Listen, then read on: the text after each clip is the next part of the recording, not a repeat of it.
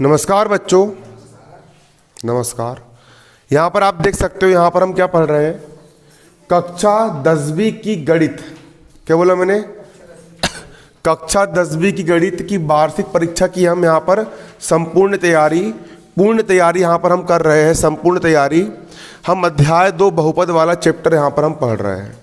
हम क्या पढ़ रहे हैं? अध्याय 2 बहुपद वाला हम चैप्टर हम आज से स्टार्ट कर रहे हैं। बहुपद वाले पाठ का आज से हम शुभारंभ कर रहे हैं। आप लोगों को गणित में आप 100 में 100 नंबर लेकर के आ सको, इसके लिए वार्षिक परीक्षा के हिसाब से आपका रिवीजन चल रहा है। सबसे पहले यहाँ पर हम देखेंगे रेखिक बहुपद किसको बोलते हैं। रेखिक बहुपद, क्या बोला मैंने? रेखिक बहुपद ऐसा बहुपद जिसकी घात 1 हो। ऐसा बहुपद जिसकी घात कितनी हो? 1 हो, उस बहुपद को हम रेखिक बहुपद कहते हैं। जैसे कि x प्लस वाई, है ना, जैसे कि x प्लस 1। यहाँ पर इसकी घात कितनी है? यहाँ पर चर किसको बोलते हैं? जो x y z वाले पद होते हैं उसको हम क्या बोलते हैं? चर बोलते हैं। और अचर किसको बोलते हैं? हम यहाँ पर जो संख्याएं लिखी होती है 1 2 3 4, उसको हम क्या कहते हैं? अचर कहते हैं। जहाँ पर चर की अधिकतम घात कितनी हो? 1 हो। ऐसा बहुपद जहाँ पर चर की अधिकतम घात कितनी हो? 1 हो, उस बहुपद को हम क्या कहते हैं? रेखिक बहुपद कहते हैं। क्लियर है? अगला होता है आपका द्विघात बहुपद। द्विघाती बहुपद ऐसा बहुपद जिसकी अधिकतम घात 2 हो। जैसे कि 4x की घात 2 धन 5x धन 6। इसमें चर यहाँ पर क्या है? यहाँ पर x यहाँ पर आपका चर है। x यहाँ पर क्या है? आपका चर है। x यहाँ पर चर है, इसकी अधिकतम घात कितनी है? 2 है। ऐसा बहुपद जिसमें चर की अधिकतम घात कितनी हो? 2 हो, उसको हम क्या कहते हैं? द्विघाती बहुपद कहते हैं। क्या कहते हैं उसको? हम द्विघाती बहुपद कहते हैं। क्लियर? अगला होता है आपका त्रिघाती बहुपद। अगला क्या होता है? त्रिघाती बहुपद ऐसा बहुपद जिसमें चर की अधिकतम घात कितनी हो? 3 हो। चर की अधिकतम घात कितनी हो? 3 हो, उसको हम क्या बोलते हैं? त्रिघाती बहुपद कहते हैं। है ना? हाथ भी चलना चाहिए, है ना, बैठे बस मत रहो। भले लिखा कॉपी में, फिर भी लिखना है, फिर भी करो प्रैक्टिस, है ना। क्लियर है ना? द्विघात बहुपद का व्यापक सूत्र। अब एक सूत्र लिखना है। क्या लिखना है?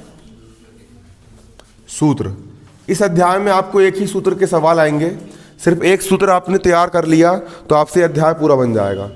सूत्र होता है, यदि द्विघात बहुपद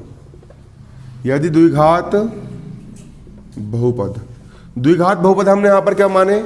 हमने द्विघात बहुपद माने ax की घात 2 धन bx धन c बराबर 0। यह हमारा हो गया द्विघात बहुपद। यहाँ पर x आपका चर है और a b c यहाँ पर आपकी संख्याएं है। यहाँ पर चर की अधिकतम घात कितनी है? 2 है, इसके लिए हम इसको क्या बोलेंगे? द्विघात बहुपद बोलेंगे। यदि द्विघात बहुपद x की घात 2 धन bx धन c बराबर 0, है ना, के मूल बोलो या शून्यक बोलो, बात एक ही होती है। मूल या शून्यक के मूल या शून्यक, है ना, या मान। इसको आपने हल करा तो x का पहला मान अल्फा निकल के आया। x की अधिकतम घात 2 है, मतलब यहाँ पर x की अधिकतम 2 मान आएंगे। इसका पहला मान क्या निकल के आया? अल्फा है। और दूसरा मूल क्या है आपका? बीटा हो। तो यदि द्विघात बहुपद ax की घात 2 धन bx धन c बराबर 0 के मूल यानी शून्यक क्या हो आपके? के मूल या शून्यक आपके अल्फा कोमा बीटा हो तो शून्यकों का योग। पहला सूत्र क्या होता है? पहला सूत्र यहां पर क्या होता है आपका? शून्यकों का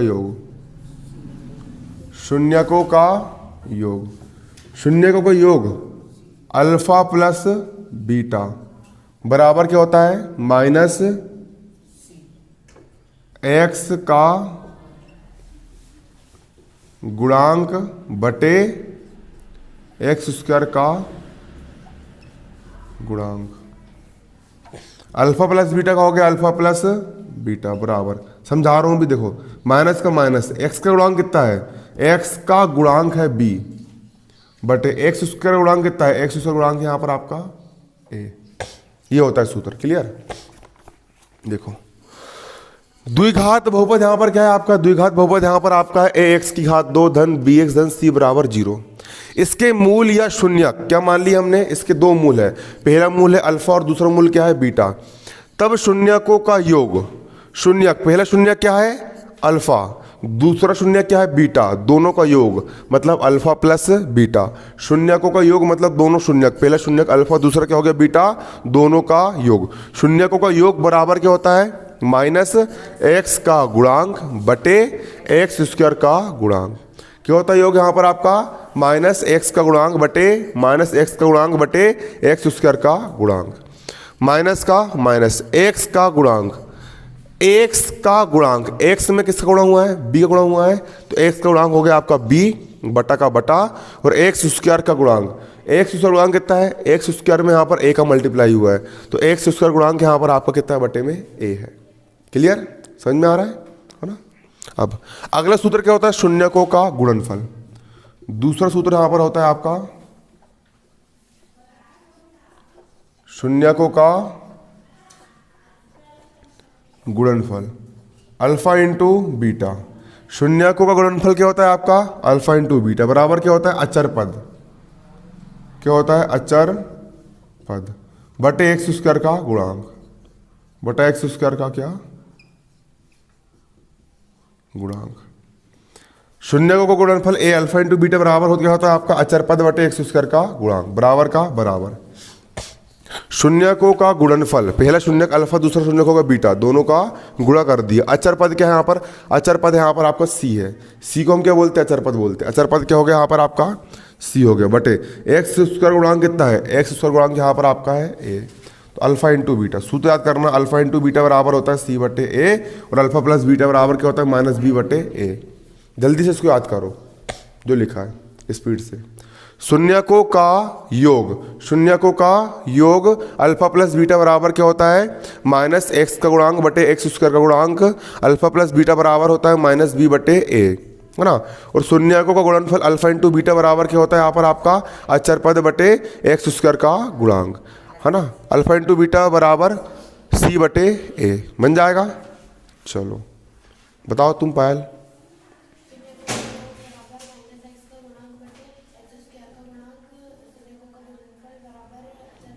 याद करो जल्दी।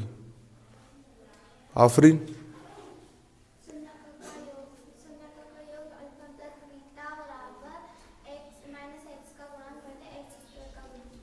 काजल इधर, क्या नाम तुम्हारा, वर्षा। अल्फा प्लस बीटा बराबर माइनस एक्स का गुणांक प्लस बटे एक्स की घात 2 का गुणांक, फिर शून्यकों का गुणनफल बराबर अचर पद बटे एक्स की घात 2 का गुणांक। वेरी गुड, है ना। इधर क्या नाम, परवेज, बता। कच्चू बता दी कर रहे देख के बाजू में, तो बताओ ना याद करो तुम।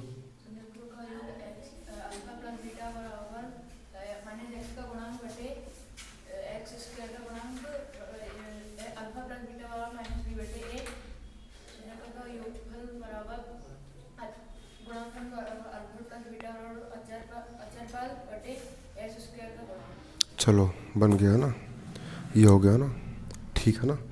अब देखिए इसके यहाँ पर कुछ सवाल, ये सूत्र यहाँ पर आपको याद करना है। अब एग्जाम्पल नंबर 2, एग्जाम्पल नंबर कौन सा आपका 2, एग्जाम्पल 2 देखो क्या बोल रहा है ना। एग्जाम्पल नंबर कौन सा, एग्जाम्पल नंबर 2 आपका, एग्जाम्पल 2 उदाहरण 2 यहाँ पर क्या बोल रहा है, द्विघात बहुपद, द्विघात बहुपद x की घात 2 धन 7x प्लस 10, द्विघात बहुपद x की घात 2 धन 7x प्लस 10 के यहाँ पर आपको क्या ज्ञात करना है, शून्य ज्ञात करना है। क्या ज्ञात करना है इसके, आपको शून्य ज्ञात करना है।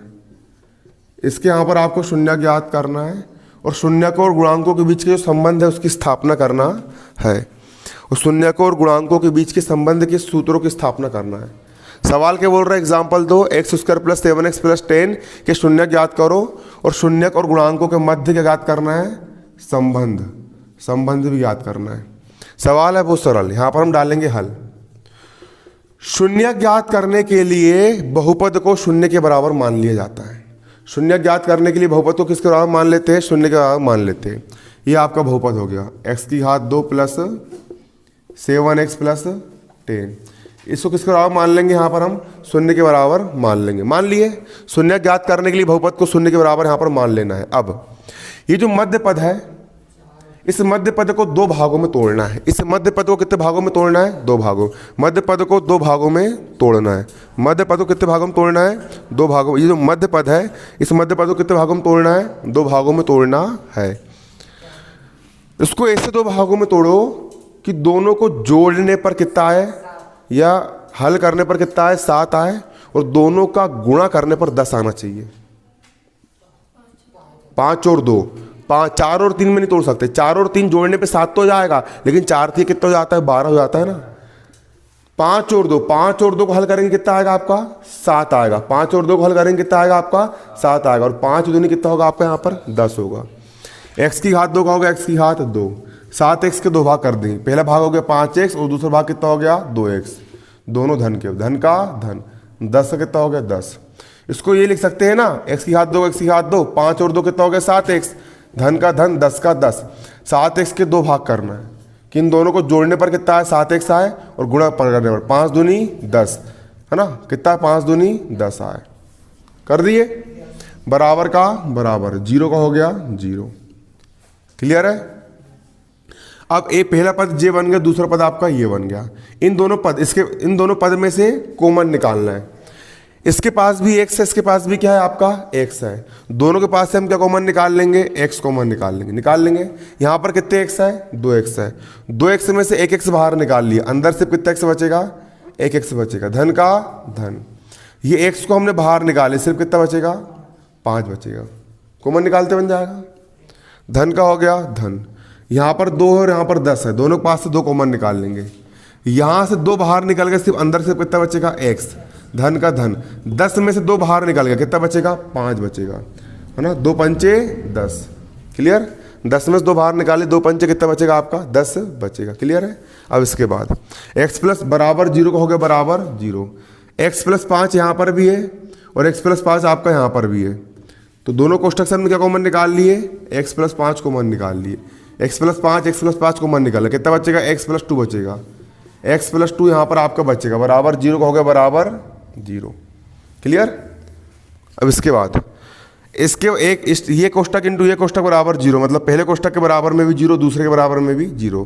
पहला कोष्टक यहाँ पर क्या है आपका, x प्लस 5 बराबर 0, दूसरा कोष्टक क्या है, x प्लस 2 बराबर कितना, 0। x का मान निकाल लेंगे, x बराबर किस तरफ, 5 धन का है, उस तरफ जाएगा 5 क्या का रहेगा, ऋण का। x का हो गया x बराबर किस तरफ, 2 धन का, उस तरफ जाएगा 2 का हो जाएगा, ऋण का। तो इसके 2 शून्य का आ गए, है ना। अतः बहुपद के शून्य, यहाँ पर हम क्या लिख देंगे, अतः बहुपद के क्या, शून्य। बहुपद के शून्य, पहला शून्य अल्फा बराबर कितना है आपका, -5 कितना, और दूसरा शून्य बीटा बराबर कितना, बीटा बराबर -2। ये क्या आ गए यहाँ पर आपके शून्यक निकल करके आ गए शून्यक निकल के। अब सिंपल शून्यक तो हमने यहाँ पर ज्ञात कर लिए, हो गया आपका पहला आंसर। ये क्या हो गया आपका पहला आंसर, शून्यक हमने ज्ञात कर लिए। अब संबंध भी स्थापना करना है, किसकी स्थापना करना है, संबंध की स्थापना करना है। तो सूत्र क्या होता है यहाँ पर आपका, सूत्र होता है शून्यकों का योग। सूत्र क्या होता है, शून्यकों का योग, अल्फा प्लस बीटा बराबर माइनस x का गुणांक बटे x स्क्वायर का गुणांक। यही आपका सूत्र होता है। शून्यकों का योग बराबर क्या होता है, -x का गुणांक बटे x स्क्वायर का गुणांक। अब देखो उसको यहाँ पर हम सोल्व करेंगे। अल्फा प्लस बीटा का यहाँ पर क्या हो जाएगा आपका, अल्फा प्लस बीटा हो जाएगा।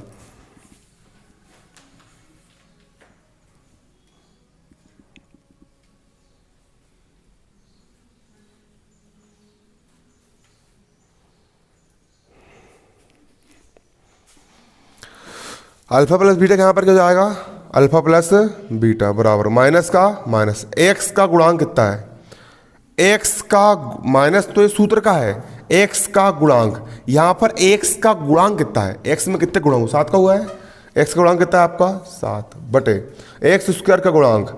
एक्स स्क्वायर में कितने गुणा हुआ है, किसी का नहीं, मतलब 1 का मल्टीप्लाई हुआ है, तो एक्स स्क्वायर गुणांक कितना हो जाएगा यहाँ पर आपका 1 हो जाएगा। अब अल्फ़ा, अल्फ़ा का मान कितना है यहाँ पर आपका, अल्फ़ा का मान है -5, अल्फ़ा का मान रख दिए -5, धन का धन, ये बीटा, बीटा का मान कितना है -2, बीटा का मान कितना रख देंगे -2, बराबर का बराबर, ऋण का ऋण, 7 का 7। अब ऋण 5 का हो गया, ऋण का 5, धन गुणित ऋण क्या हो जाएगा, ऋण 2 का हो जाएगा यहाँ पर 2, बराबर ऋण 7 का हो गया, ऋण का कितना 7, 5 भी ऋण का, 2 भी ऋण का, ऋण ऋण बारह जुड़ते हैं, ऋण का चिन्ह आता है, 5 और 2 के तो जाएंगे 7, चिन्ह का आएगा ऋण का बराबर, ऋण 7 का ऋण 7, दोनों बराबर आ गया। शून्यक और उसके गुणांक का संबंध स्थापित कर लिए, ऋण 7 बराबर ऋण 7, है ना, दोनों में क्या स्थापना कर ली, यहाँ पर हमने संबंध की स्थापना कर लिए। ये हो गया आपके शून्यकों का योग। अब हम निकाल लेंगे शून्यकों का गुणनफल। क्या निकाल लेंगे, शून्यकों का गुणनफल। शून्यकों का क्या, गुणनफल। शून्यकों का गुणनफल क्या होता है आपका, अल्फा इंटू बीटा। शून्यकों का गुणनफल अल्फा इंटू बीटा बराबर क्या होता है, अचर पद, अचर पद बटे क्या होता है, एक्स स्क्वायर का गुणांक, अचर पद बटे एक्स स्क्वायर का गुणांक। अल्फा का मान कितना है यहाँ पर आपका, पहला शून्य का अल्फा का मान है ऋण 5, अल्फा का मान कितना रख देंगे, ऋण का 5 इंटू दूसरे शून्य बीटा, बीटा का मान कितना है, ऋण का 2, बीटा का मान कितना रख देंगे, ऋण का 2, बराबर का बराबर। अचर पद कितना है यहाँ पर आपका, अचर पद, अचर पद कितना है यहाँ पर आपका, ये अचर पद इसको बोलते हैं 10 है, अचर पद कितना है 10 बटे एक्स स्क्वायर गुणांक कितना है, एक्स स्क्वायर गुणांक यहाँ पर 1 है, तो एक्स स्क्वायर का गुणांक कितना हो जाएगा आपका 1। ऋण गुणित ऋण क्या हो जाएगा, धन, 5 दूनी 10 बराबर 10 का हो गया 10। ये भी क्या हो गया, प्रूव्ड है ना, PROVED। ये आपने संबंध की स्थापना कर दी, PROVED, संबंध ही आपने क्या कर दिए, स्थापना कर दिए। बनेगा नहीं बनेगा, बन जाएगा, क्लियर है।